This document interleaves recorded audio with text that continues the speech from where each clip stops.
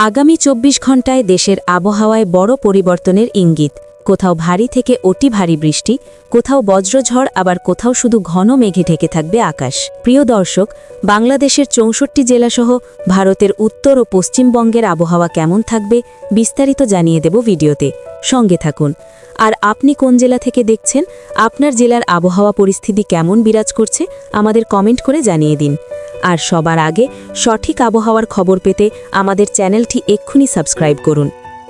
বর্তমানে বঙ্গোপসাগরে সৃষ্ট লঘুচাপ এবং মৌসুমি বায়ুর সক্রিয়তার কারণে দেশের সার্বিক আবহাওয়া অস্থির হয়ে উঠেছে। এর প্রভাবে আগামী ২৪ ঘণ্টায় দেশের বিভিন্ন অঞ্চলে বৃষ্টিপাতের প্রবণতা অব্যাহত থাকবে।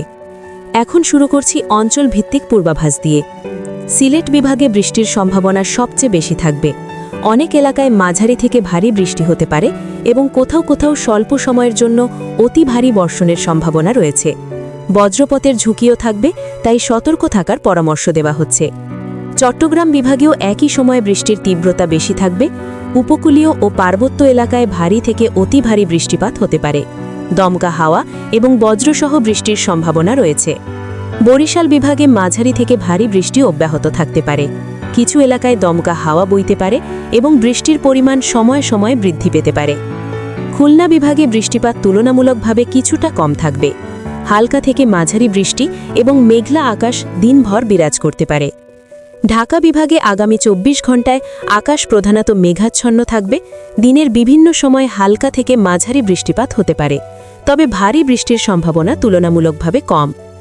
ময়মনসিংহ বিভাগে বৃষ্টিপাতের পরিমাণ কম থাকবে। আকাশ বেশিরভাগ সময় মেঘলা থাকবে এবং কোথাও কোথাও হালকা বৃষ্টি হতে পারে। রাজশাহী বিভাগেও একই ধরনের আবহাওয়া বিরাজ করবে।